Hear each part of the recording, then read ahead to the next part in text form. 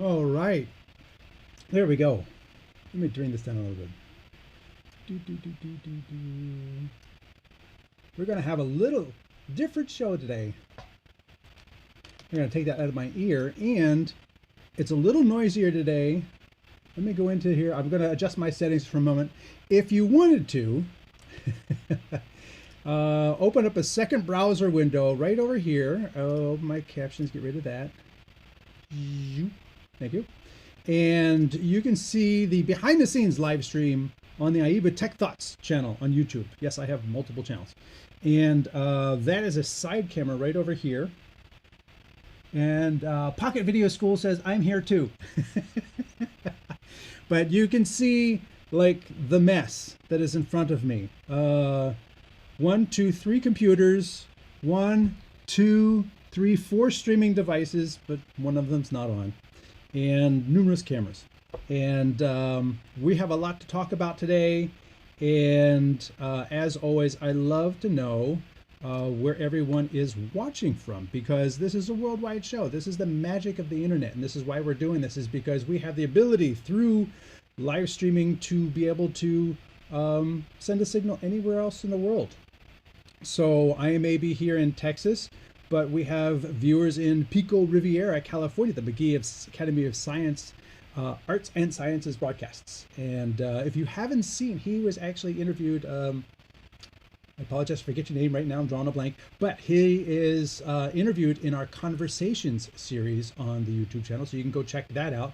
And he talked about how he teaches broadcast to middle school. Yes, it's now part of what you teach in school, just like writing, arithmetic, and everything else. It's not writing or arithmetic, it's streaming. And we also have Keith Crawford in Kenai, Alaska. Thank you for tuning in. We have Eric Jan van den Bogard from Haarlem,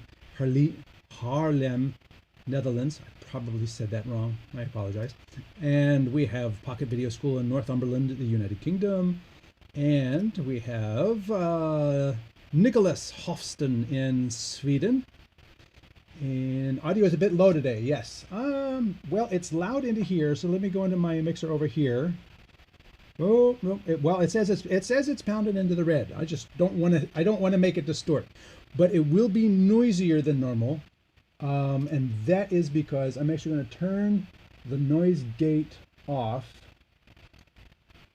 I'm going to try to turn the noise gate off. There isn't like a simple button on this, so it's going to be a lot of fan noise today because I have added a big fat gaming laptop, and that's because we're going to talk about Hive. And once again, that is, let me clear my browser here. And oh nope, yeah, that's Stream Technology. Go back to browsers, go away. I got way too many things going on today, and that is because today, nope, not that one. They're out of order. Me over. 2 out of 3 words, me over. PTZ Optics Hive is going to be our discussion today, and Hive enables remote people to control your cameras, or you as an operator can join other studios and operate their cameras without having to travel. It's the magic of the internet. Just like we can use the magic of the internet to broadcast, we can use the magic of the internet in the production as well. And that's what we're going to talk about today. I touched on it briefly last week when we were talking about the PTZ Optics camera. Today it's mostly not really about the camera, but about the studio. It's about Hive. And as I found out yesterday when I was doing my setup, Hive is no slouch in the production capability because it's dealing with lots of streams of video, potentially lots of streams, and control and showing each of these things. And you can't run it on a really lightweight machine. And John, you could nod. John's with us today from PTZ Optics. He's nodding. Okay. So I have a couple Microsoft Surfaces I use here. If you're looking at behind the scenes, this right here is a Microsoft Surface, and this is what I'm using for my Restream connection and the comments and everything. And I tried to use another Surface Go, and it was just trying to like call up menus and bring things up. It is, yeah, that wasn't working. So I said, okay, okay. I bring out I have an HP Omen with i7 10th gen and a GTX 2000 series, and that runs it just fine. So yes, you do need a bit of horsepower because you are still doing video production with Hive. So Hive, even though it's remote, is still dealing with video coming in and control going out. There's a whole lot going on, so you're going to need a decent machine to run it. And you may not need the level of machine, like I'm actually just using the browser. I downloaded the app. I didn't get around to installing the app on my Windows machine like I did on the Mac. Once Jason says, I've got audio but no video. Is it just me? Should have video. And should have video on the behind the scenes, which is on the AIBA Tech Thoughts channel on YouTube if you want to see the setup of what we got going on today. Oh, I'm sorry. He corrects me, elementary school, 4th and 5th graders.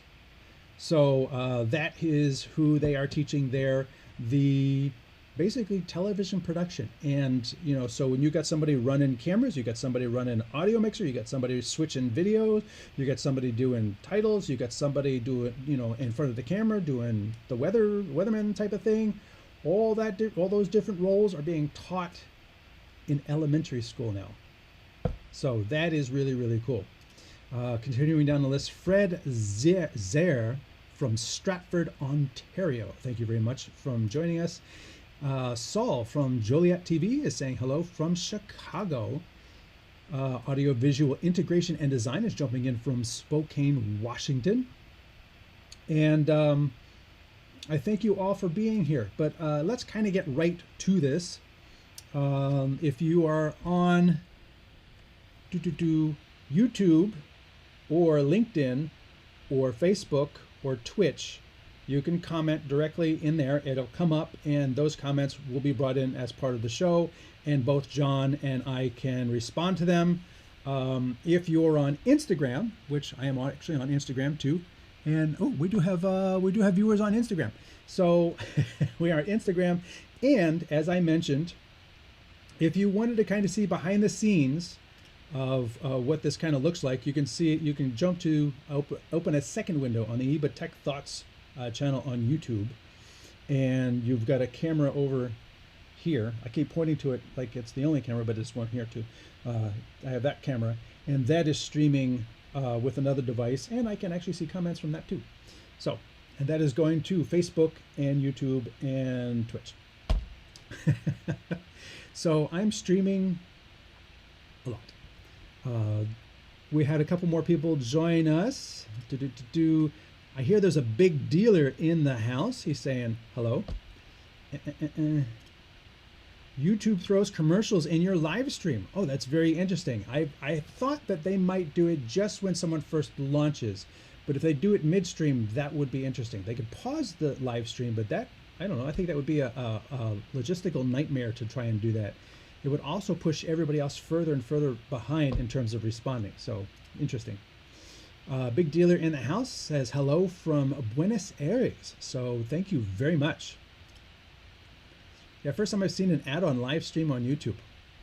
Interesting. So we shall carry on, and hopefully if they're putting ads in live streams now, it doesn't push everybody too far behind. So again, anywhere throughout this show, throw your comments in. We can bring them as part of the show. And today is going to be all about, let me jump this screen over here. Boom, boom, boom, boom. PTZ Optics has this, oh, you know, I have my other remote. I'll just walk away.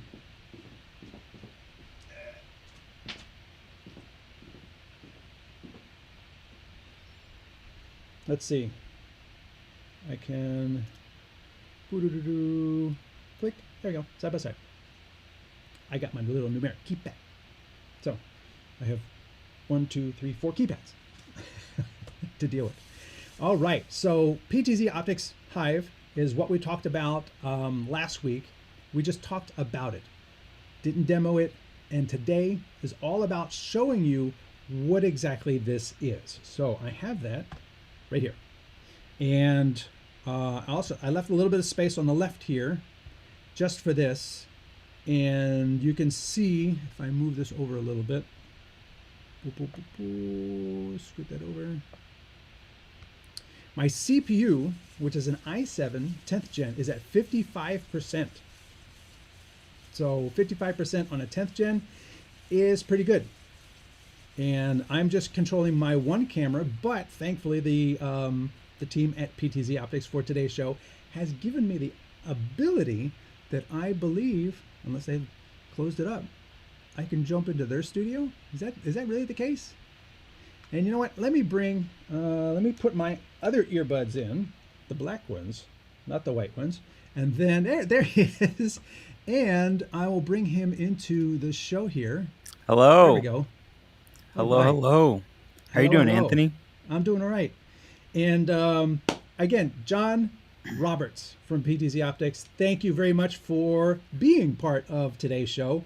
And he knows more about Hive than I'm going to know in the short time I've had to get acclimated to it. But I think this is really exciting for people who don't have big production crews and have the opportunity to leverage outside people into being crews. So like what you see right here on this screen is his studio, their studio space in Pennsylvania. And from that, I'm able to take his camera, his Move 4K 12X, and right now it's pointed at the table, but I can sit there and I guess point it at the clock. So you can have people who are not in your studio who just connected through Hive click in and say, oh, you know what, let's point that back at the table. There we go. Oh, that's a wider shot than that. There we go. We got a closer type. Yeah, there we go. So then we've got a closer shot there, and remote operators can be your camera operator and control 1, 2, 3, 4 cameras in your studio. And then if you saw right up here in the top left, that's their studio that they gave me access to. And right before the show, I gave him access to my studio, which is here. So I'm going to switch back to my studio, and then I'm not going to drive. And he's able to control the cameras and move them around in my, camera. I only have the one. Oh, you're driving manually. Very interesting. Now, here's a question I have just right out of the box. There is a control interface in the bottom right-hand side of this, but is it possible to actually hook a PTZ controller into this? Yeah, absolutely. Well, first, Anthony, it's great to be here with you as well. I'm John Roberts from the one and only PTZ Optics, and we're celebrating our 10th year anniversary, and so happy to be here to talk about Hive. But yes, in short, not only does Hive support over 400 make and models of cameras, not even just PTZ cameras, but it also will include IP support as well. So we have our wonderful SuperJoy here next to me, and that's one of our top of the line camera controllers, and you'll be able to use that directly inside the Hive as well as your Canon or Panasonic controller. Yep. Okay, and I think that's really going to kind of be essential because, you know, if it's just clicking between presets, you know, these presets over here, I apparently flipped it in another show. Clicking between these presets is easy, but if somebody wanted to like manually follow a presenter walking around on the stage, they can do it manually. But like you said, these cameras also have the ability to auto track. Yep, that's right. Yeah. Absolutely. So not only will you be able to use your G3 cameras like our Move 4K and the Move SE, you could even use our older model of camera, which we call the G2 PTZ Optics cameras, and you'll be able to now add auto tracking directly with the Hive. So the Hive is going to take your old cameras, it's going to bring them up into the modern age, and then it's going to connect all your brand new cameras, as we're now going to sell cameras that are Hive linked right out of the box. So that'll allow you to buy one of our cameras, immediately set it up once, ship it to anywhere really in the country. As long as you can set that up via IP, you'll be able to connect that and control it from literally anywhere. Now, let me You said something there that, let me clarify that. You're saying that even if a camera didn't have auto tracking built in, Hive is going to enable auto tracking in a camera that previously was, shall I say, a dumb camera? Exactly, yeah. So with the dumb cameras, if you want to call them that, I would call them maybe older generations. But yes, absolutely. With the Generation 2 PTZ Optics camera, which is the majority of our customers, they've during the pandemic or previously 2019, 2018 bought the G2 cameras, and they've been really great, and we continue to update them, and we have a wonderful team of engineers that are always there to support them and a 5-year warranty. But even beyond the 5 years, we think you should still be able to use our products. So by using computer vision, our amazing engineers have brought it into Hive to add auto tracking. So it's not currently enabled yet in our beta, but it will be released when we fully release Hive. But yeah, we're currently in a closed beta, and you'll see next to the preset option there, there's also an option for auto tracking, which will tell you a little bit about it in terms of the settings, but it's not going to allow you to enable it quite yet. But it is coming very soon. Oh, let me turn that on then. Here it is. Pan So tolerance, tilt tolerance, acceleration. so full customized control as well as alignment if you want to have a tighter Oh, shot or composing left, someone center, or on. right. Okay. Exactly, yep. So you'll even be able to use adaptive zoom, which will allow you to either use a controller like our Super Joy here, or directly in the Hive, you'll be able to zoom while it's auto tracking at the same time manually. The one thing I find with auto tracking that seems to be a challenge with certain things, I've had it with both the bird dog and the little OBSBot, is the height of a person's face Yeah. in in the frame. It always seems like, let me put the face in the middle. I'm like, no show do you see somebody's face in the middle. Yet somehow the software is like, let's put that face in the middle. Yeah, exactly. It's why we've had that initial feedback, and why we always release constant updates. We don't just put out a product and let it go by the wayside. No, we're always listening to feedback. I think it's what we do great at PTZ Optics. And it's why we've added these modes, right? You're able to have different tracking modes. So if you want a full body, if you want just your head and shoulders, or you want a complete wide view, you're able to do that with our custom settings. And you can do that with our Move 4K line of cameras right now out of the box without Hive as well. That is really cool. Now I'm looking. I pointed it down at the PTZ Optics controller here. So you said somebody, like, if they needed to, you could control. Like, could you control my camera with the hardware? Not currently, no, because it's not currently set up to do so. But I Okay. could, in theory, yes, control it. Right now, not in the moment because I didn't set it up beforehand. But yes, that is the end goal: is to have complete collaboration with the team. You're able to share this as a viewer. You're able to share it as an admin for complete control, or you're able to share it as a producer. And we're going to hopefully fine tune those to even share even more fine details and even more specifics. But being able to share and collaborate with the team means being able to use hardware and software together, even if you're not in the same room, because we really believe in the future of remote production here. So when I started to dive into Hive, it's a beta right now. It's Hmm. an open beta. People can go to the website, the PTZ Optics website, sign up, try it out. And as a beta, it's free for them to start messing around with it and things like that. In terms of what the costs will be, what do you foresee those costs being? Sure. Yeah, I can. I think you have the web page pulled up there as I well. We do. can go back, and if you scroll down, I think it's all the way to the very bottom of the page here. I'll try to pull it up on my end here. Who can scroll faster? Dun, dun, dun, dun, dun, dun. So we have a monthly as well as a yearly pricing. But it's also great to know right out of the box, if you buy one of our new cameras, the Move 4K, the Move SE, or the Link 4K, you'll get access to Hive with that one camera. So as you can see, the free studio there is what I was just referring to, which is you're able to bring in one video input, which is the camera you just purchased. You're not going to see the advanced features like adding auto tracking, but you are able to have 5 team members and use it up to 5 hours remotely. So the way these tiers are working basically is specific on how you want to get the most out of Hive. How many inputs you have, I think, is the first question you want to ask yourself. And if you know you're going to go beyond 3, if you're just a house of worship that has 3 cameras, then the standard studio plan is probably for you because that's all you really need. You'll also get auto tracking and have up to 10 team members. And as you can see there, 25 hours of remote usage. Right. A lot of people are going to fall outside of that. There's a lot of productions, entertainment, live streams that are going to have, 10, 20, 30 different cameras. Yeah, endless amount of cameras. And that's when you're going to look into the professional studio. So the top of the line for the plans there, and that's obviously going to be the top of the line in terms of the cost as well. But those are really the specialty tiers for people that know they're going to use this remotely. And there's a lot of people that aren't going to use Hive remotely. It's still a great camera controller. It has a desktop app, as you mentioned. So you can use it remotely. You can use it not remotely. We're trying to make a solution for literally everyone here. Well, let me clarify these prices just a little bit here, because when I go over here to click on I'm using the mouse as opposed to the trackpad. That's what happens when you have too many computers.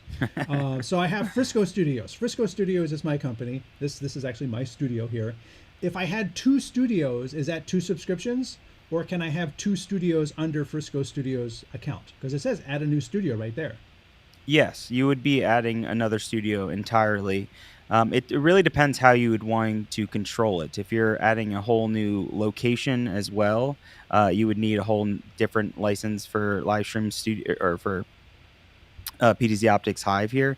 But if you were to take it, as just a viewer or an admin, you're using the remote hours directly for the owner of the studio, if that makes sense.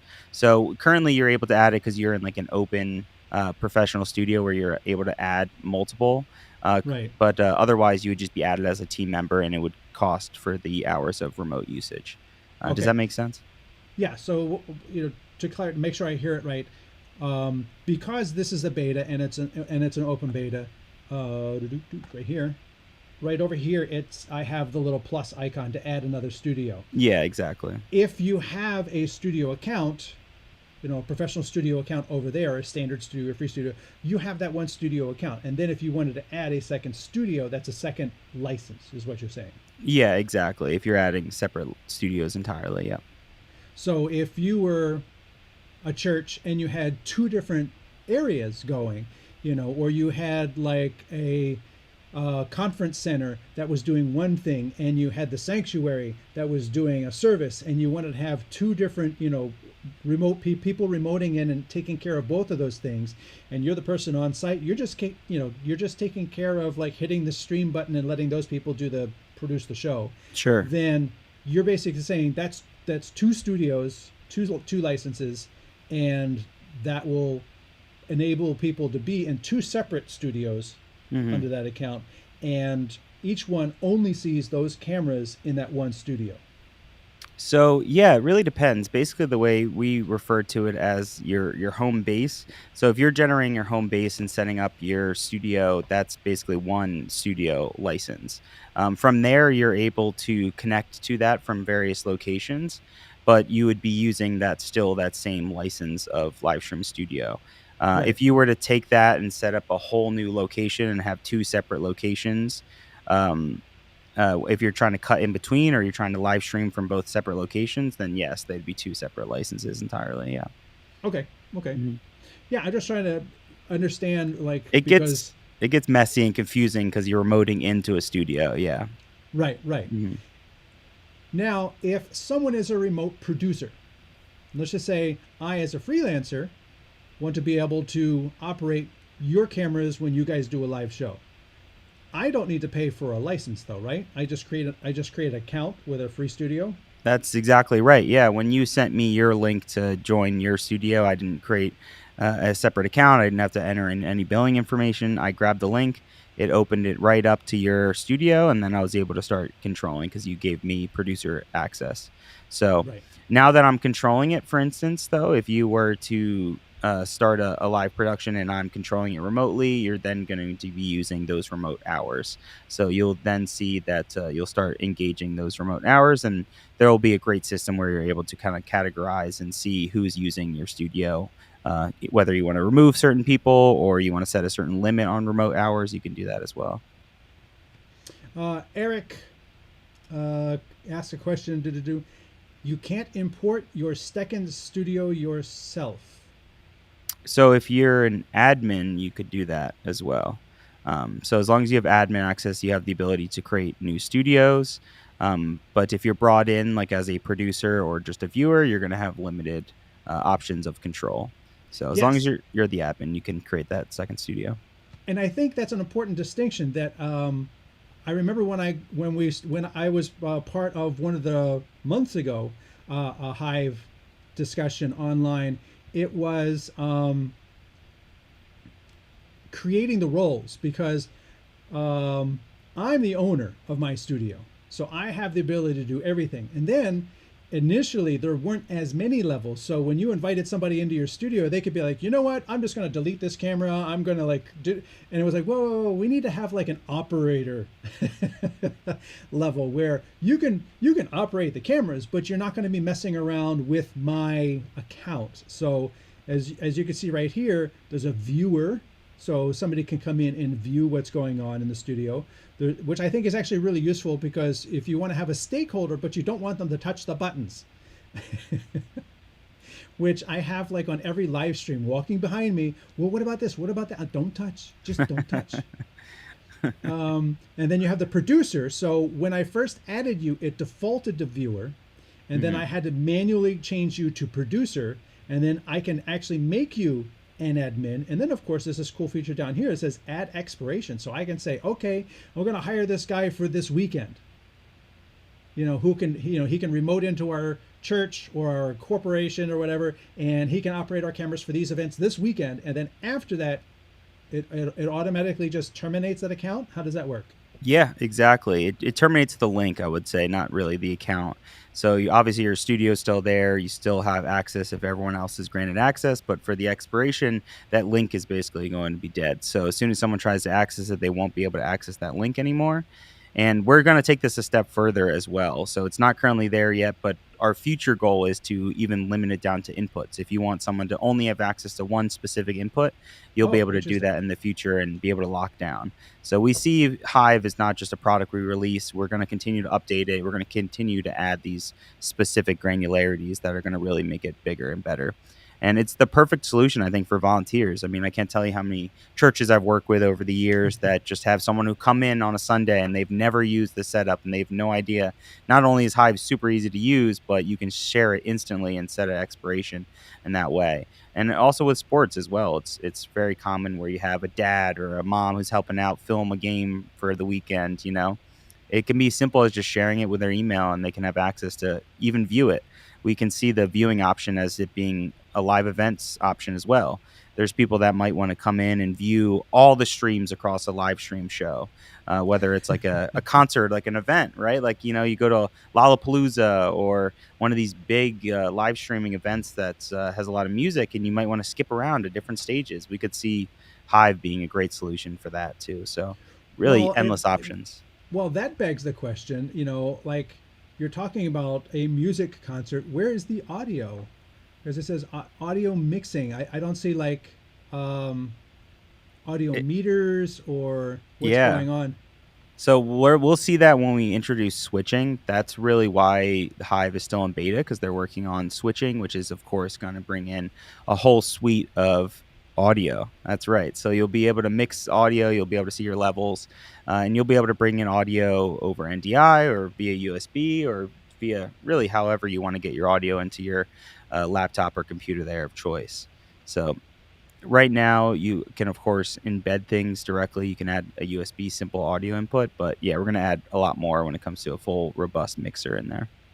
So, and when you say a full robust mixer, do you mean the design of what we're seeing?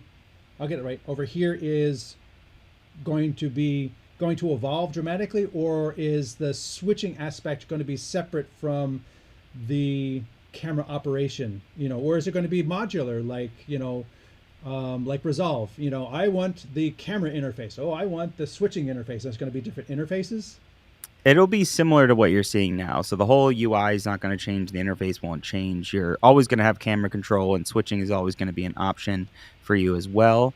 But it's going to be very simple when we first release it. A simple preview program, and then under that audio tab there as well, you'll have more mixing solutions to adjust the gain and adjust your inputs there directly into Hive. So it's not going to change too much. You'll just see an additional kind of layout under the audio section there. Now, and over here on the right, you've got all these image controls. When you were Mm-hmm. talking about locking people out, would you say that, you know, is it limited to a specific camera or specific features? Because, you know, I could see, don't mess with the camera settings, don't go jacking up the iris and everything. But Sure. I do want you to like cut between this podium and that podium and the stage, and I want you to do that. But just don't be like, oh, I think it should be brighter. I think it should be, you know, I think it looks a little blue. Don't go messing around with that, you know. Yeah. So as of right now, it's really simplified and streamlined. So you're just going to have the options to share, as we said, an admin, a producer, and a viewer. The producer is just going to have complete control over the camera. So that means image settings, that means focus, that means full camera control. So in the future, we want to have the options to get really specific. So if you want to have camera control, just the PTZ functionality, you'll be able to do that. And then we'll have specific options for if you want to allow them to just color. I mean, there's full teams that might just have a colorist or someone that focuses only on camera control, and that's our Right. end goal. But right now, it's kind of more broad. So you're a producer, you have access to all video settings and video control. So that'll grant you access to the panel you have on the right there. That brings up a little nuance, I think, in that you can have multiple operators, producers. Would you call them producers? Yeah, sure. Yeah, the You can have producer, if you're, yeah. multiple producers doing different things to the same camera.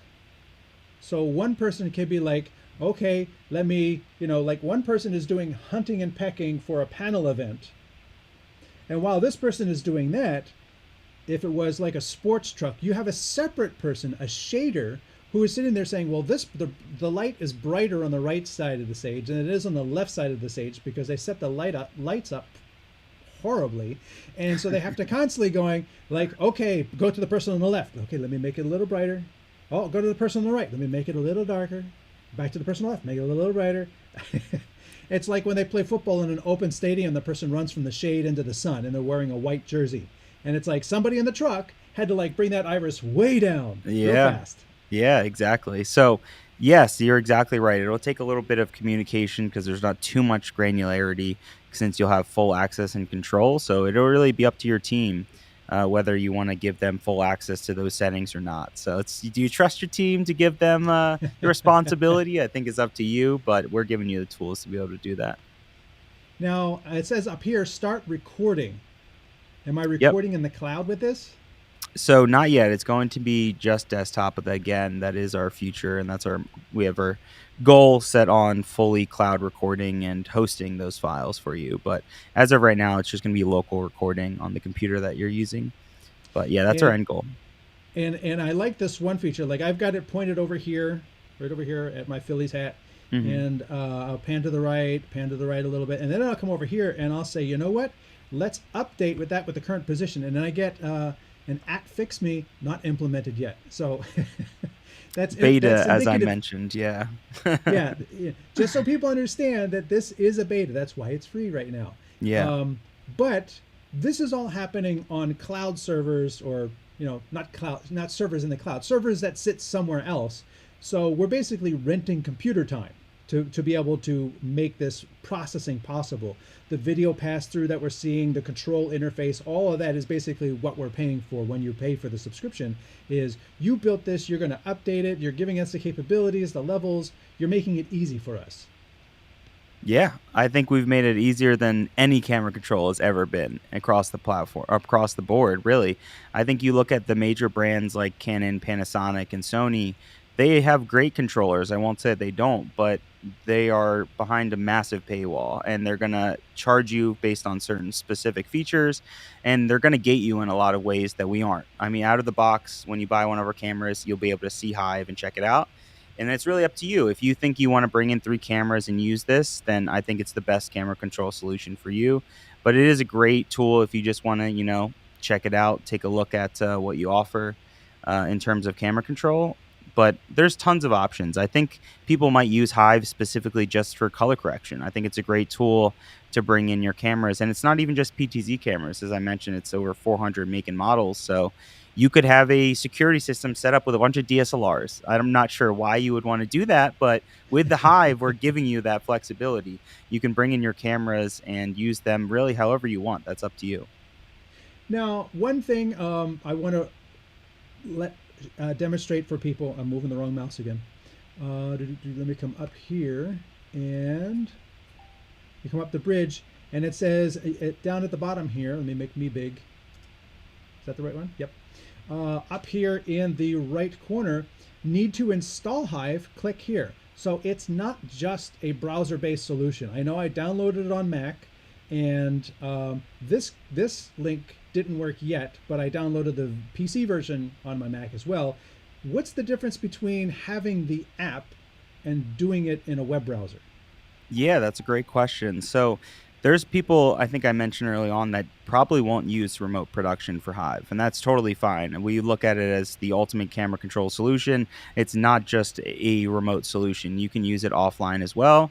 And a lot of those people offline want to just have that downloaded. They don't even want to be on the network. They want to bring in all their cameras locally. They want to have the whole application offline, and that's really the reason for the desktop app. So you'll have that. And you were talking a little bit about specifications. Our team is trying to lower it to make it better for all hardware. And for the Mac users out there, we're kind of using the M1 as the standard. So the M1 is kind of like the baseline, what we're trying to use for the Mac audience, and we're getting there. We're about to get there in terms of CPU usage and RAM usage, because it can be high for people like you trying to use it on a Surface as well. So Yeah, definitely. The Surface is underpowered. And don't let me, like, I'm not saying anything bad about the app or the browser capability by saying it doesn't run on a Surface. sure. And I'm just saying that it's not, because you're dealing with video coming in, compression, decompression, and things like that. Hmm. It's not like browsing the web, and it's not like typing an email. You're going to need a machine that is built to handle video. And if you're dealing with multiple cameras, like when I remote into your studio, I'm pulling in 4 cameras at the same time. So there's also bandwidth requirements as well. But I do better understand the idea that if somebody is offline, they have their own portable production gear. They go into a conference. They don't want it streamed, but they still want to leverage the control capability. They can use the app and their own local area network to control a bunch of PTZs, paint them and set the presets and everything. And that's what it's for. But then if you wanted to be able to have people remote in and take care of that, then you can still do that with the app though, right? Yeah, absolutely. Yeah, The app provides that bridge between local and remote. But exactly. and then would people on the remote end use just the web browser, or would they use their app?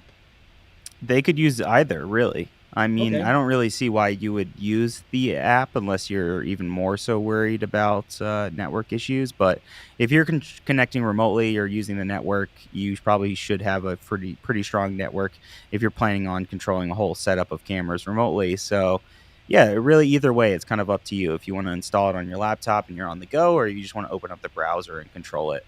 Um, yeah, either way. Okay. I will say that the CPU usage over the course of time hasn't really gone above 50, 55%, and it's gone as low as 30% just sitting there by itself. The GPU is, just slogging along. Oh, there it goes. It spiked at 100, but it's at 20%. There's that one tiny spike. It was doing something else. So by and large, this machine from several years ago, it's a 10th generation, is doing more than it's able to handle this, and it doesn't even matter what studio I jump into. It seems to be fairly consistent whether I'm dealing with 1 camera or 3 cameras. You can see the CPU takes a dip when I'm switching, and then when the cameras come back online, it's sort of like, okay, here we are back at 50%. But you can see that I'm on Wi-Fi, and my download has increased in data because now I'm pulling in more cameras. Absolutely. Yeah. And when dealing with that, is there a way to manage the bits in terms of like, I was playing around with one of these settings. I can't remember here. No, not this one. Make a model controls where I was actually able to see the bandwidth of the Yes. different cameras. So hover over one of the inputs there. You can do it live on your end. And the gear wheel at the bottom right hand corner on that input, if you Yeah. click that, that's going to open up to your general advanced settings. And then if you scroll down, you'll see an option for not only Ah, your there it stream is. one, but yeah, there's your bit rate and information there. So there's 6,000 megabits coming in here, or 6 megabits and 4 megabits. And am I choosing between stream one and stream two, or what are those two different streams? Yeah, so those are streams coming directly from NDI because that's how we're bringing in the sources. Hmm. So usually we just select stream 2 because it's lower bandwidth and it's easier just to bring in your cameras and control them. If you want to bring in stream 1, you can do that. It's usually your 1080 stream and higher bandwidth. You Right. can even bring in 4K if you'd like, but we are keeping it on a lower setting just to instantly control and have faster input and selection. So it's really up to you. Yeah, you just clicked on the local mode, and that's where you can take the entire stream or the Here it entire is. studio offline. This is the one I was looking for. So I can see the ceiling cameras at 720p. The move over here is at 720p. Yep. This move camera is at 1080p. This one, this 4K at 12x, is at 720 by 408. So that's basically SD. Yeah, I think that was one of the cameras that I was bringing in that I needed to calibrate still, most likely. So you can see like the bit rates as well. So I've got 5, 6, and 7 megabits coming in from each of these cameras. And if somebody was doing some bit budgeting, that would be where they would start to say, oh, okay, well, if I'm just looking at the cameras, I'm just looking, I'm not doing cloud recording or anything, any production like that, I can downgrade what I'm being sent because they're just using the cameras locally via SDI or HDMI for switching. I'm doing the remote control, I can lower that down and make it a little easier on the computer. I mean, heck, you could, I suppose if you're doing the second stream, you can set them all to standard definition because Yeah. they're all windowed on this screen over here, so you're not seeing full HD anyway. Mhm. Yeah, exactly. So it's really up to the user. We, like I keep saying, we are giving you the power to have the flexibility to change things on the fly. Uh-huh. Our producer here uses mainly our web UI for color correcting, and then uses the control option in Hive. But you can use our great image correction and color correction directly in the Hive as well, and camera control. So it's giving you a whole suite of options to use, and you can kind of pick and choose if you want to have access to all of them or just use certain tools. I gotta say, I'm really envious of your studio. Yeah, we have a lot. It's quite a mess right now that we're in the process of upgrading and changing some things around, but it's a beautiful space. And here I am controlling the cameras in your studio from afar. Oops, I think I panned a little bit too far to your green screen area. Yeah, But we have a I massive green screen that you can see there. We're working on getting 3D up and running on there if anyone is interested in that.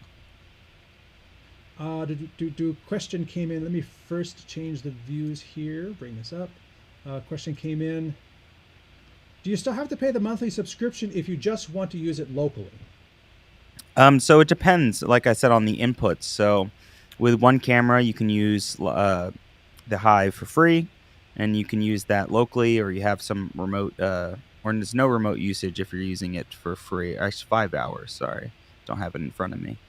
Yeah, 5 hours of remote usage if you have it right out of the box with one camera for free.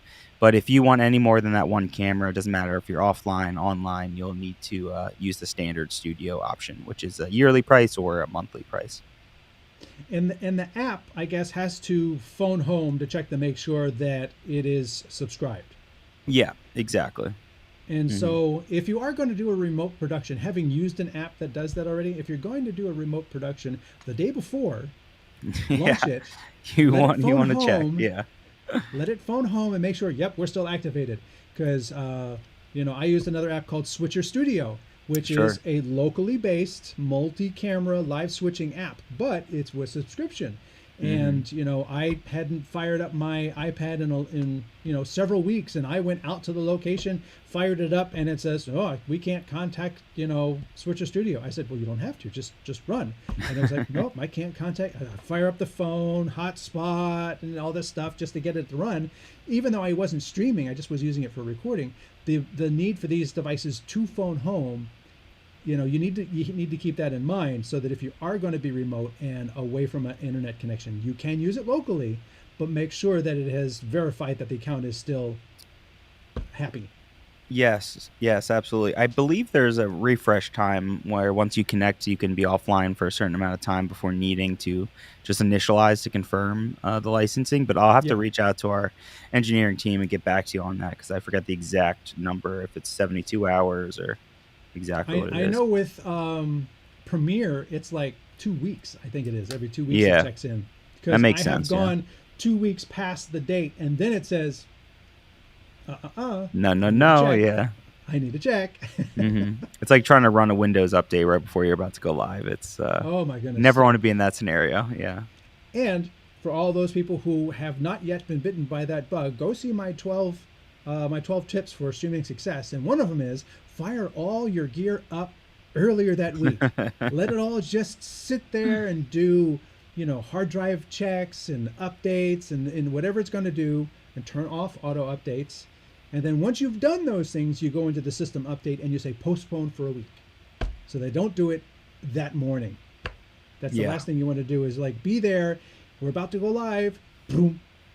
Installing updates. You never want to be in that scenario. Absolutely. Nah. I think I had it happen early.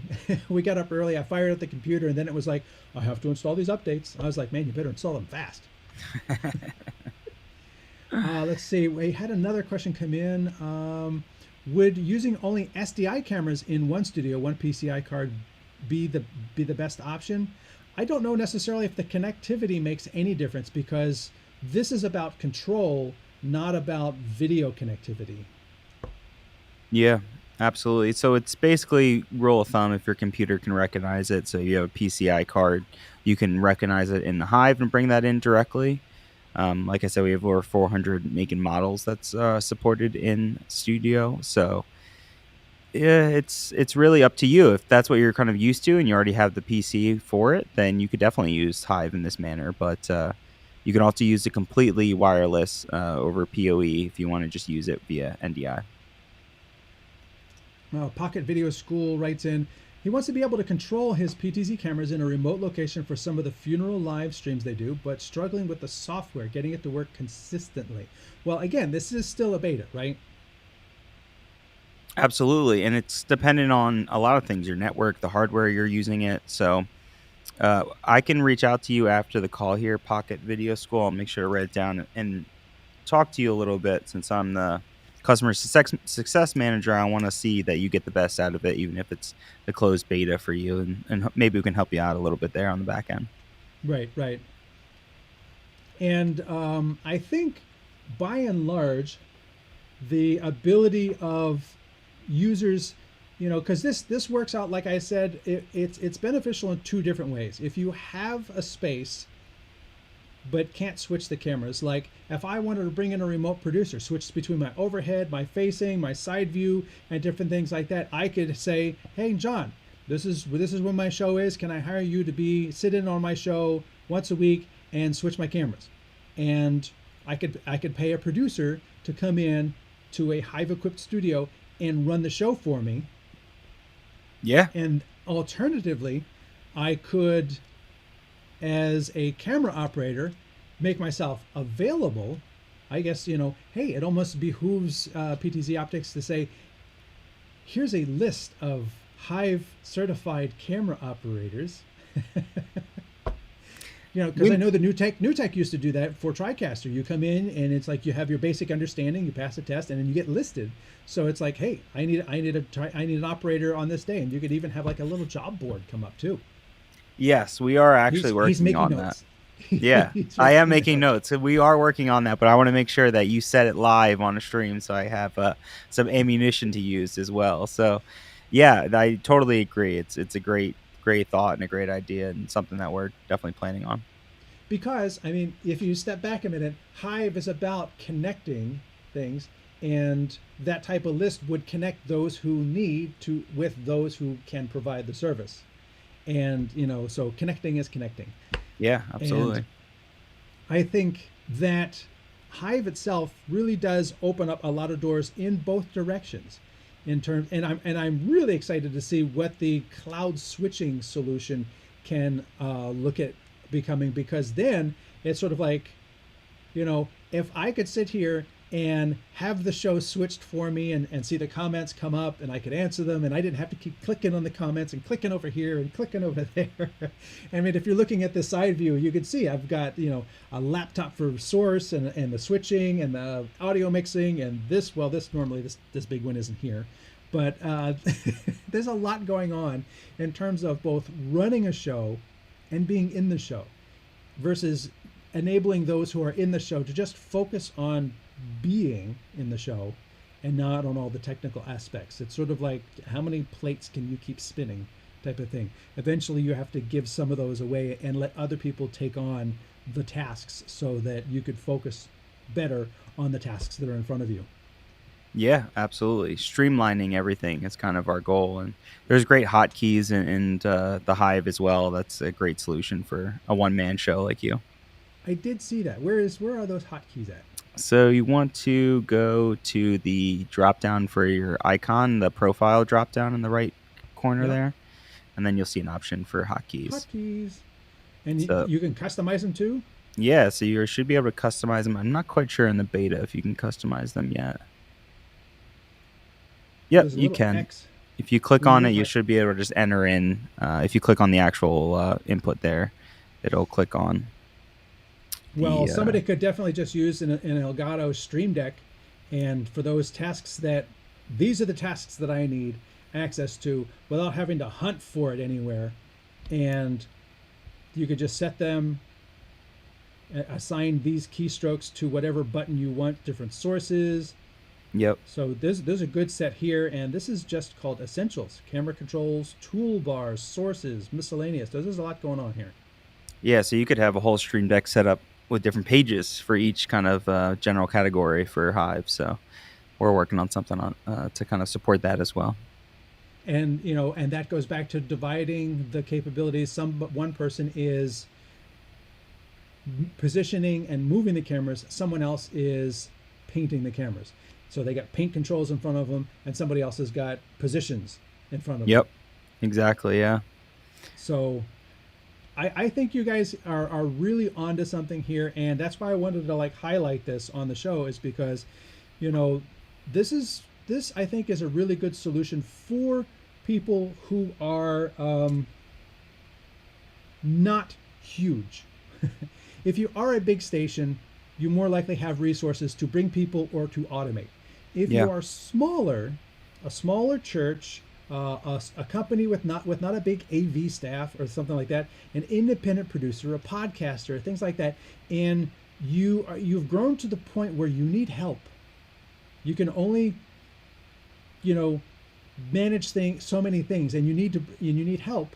This provides a venue whereby you can bring in outside help when needed, and for those independent producers, you can make yourself available to provide that little bit of extra help here, and then in an hour I'm going to be over there, and then later this afternoon I'm going to be over there, and jump around between different gigs without having to travel. Yeah. No, Instead you're of humping absolutely in it. right. Yeah, exactly. It's the ultimate tool for producers, is what we like to say. A lot of people, I film things. I'm at my son's sports game. I'll live stream it, and I think this is going to take people like that to the next step. It's going to make them not only feel like they're a full-on producer, but give you the tools to really be a power producer. That's what we like to call it. Well, then I guess the next step for Move is you get one of these guys with a SIM card in the back and a honking big battery on the bottom. Take it to go. You bring a couple of those out to the game and zip, zap, zip. Yeah, stay tuned, Anthony. You're hitting great points, and we're gonna be able to support them all in the very future. So keep an eye out on PTZ Optics. It's our 10-year anniversary, but we ain't stopping. We're going another 10, another 100. We're rolling. Well, I do thank you for taking the time to join me on today's show, provide the real depth that, I definitely was not going to be able to provide that depth for today's show, but, and the background and also the forward thinking, because you know where things are headed. Whereas all those of us who are in the hive and poking around, we're looking at the now. You guys are already you're like, oh, you don't know, but We're thinking. We're always thinking. Yeah. that's really good. So, thank you again, and I think you've provided a lot of really good information for the viewers of today's show, and I look forward to seeing where Hive goes in the future. Well, that's great, Anthony. Thank you so much for your time. I appreciate it. And thanks for everyone listening and chatting with us about Hive. And keep an eye on the future. And you can learn more at ptzoptics.com/hive. Thank you, everybody. Well, again, I hope that has been a very informative show for everyone today. I thank you all for being here. As always, if you are watching on LinkedIn, on Twitch, on Facebook, you can always find more information on the StreamTEK YouTube channel. Yep, I'll get this right eventually. And this is where we find all the videos, all the live shows. There's a whole bunch of shorts. There's interviews. If you go over to the playlists, you will find what I was talking about before. We have our producer conversations, and that's where we talk with other producers to find out how they got into it, what do they use, how did they use it, what do they find valuable. That's where there's a lot of value. We have all the gear demos, technology explanations. What is NDI? What is SDI? What is HDMI? Which one's the right one for you? So all of that is there for you to enjoy. Over here, we have the StreamTEK page on Facebook, which is where you can also catch our live shows and other informational posts. If you need to follow Streaming Media Producer, is right here at streamingmedia.com. This I write for Streaming Media Producer. You can sign up for newsletters there. And if you need to reach out to me directly, you can do that at stream4us.us.com. I also have a Patreon if you are so inclined. No pressure there. But I do thank you all for being here today, because you, the audience, are what make live shows what they are, because it is about audience interaction. There's a real human here, not an AI generated bot just reading off of the spec sheet. This is where you get to ask those questions and get a real and genuine answer. Pocket Video School says, how about a show on switching to a fiber workflow? I don't know if I would do that, just because that is fairly specialized and not with it. It is for a higher tier of production. Fiber holds a lot of value for most local productions, churches, corporate, and everything that are going to be moving from place to place, setting up a small studio and things like that. Fiber doesn't add a lot of additional value. It doesn't give you anything that a long HDMI does, that a long SDI does. So switching everything to fiber per se wouldn't necessarily have a lot of benefit to what I feel are the majority of the viewers of this channel. If, however, all the viewers of this channel were people who were building stadiums and needed to pre-wire the stadium for any number of bandwidth, fiber. That's where a lot of fiber comes into play. So, again, I thank you all for being here, and I will look forward to seeing you all. It was a good hour show. I will look forward to seeing you all next week here on StreamTEK. Thanks for watching.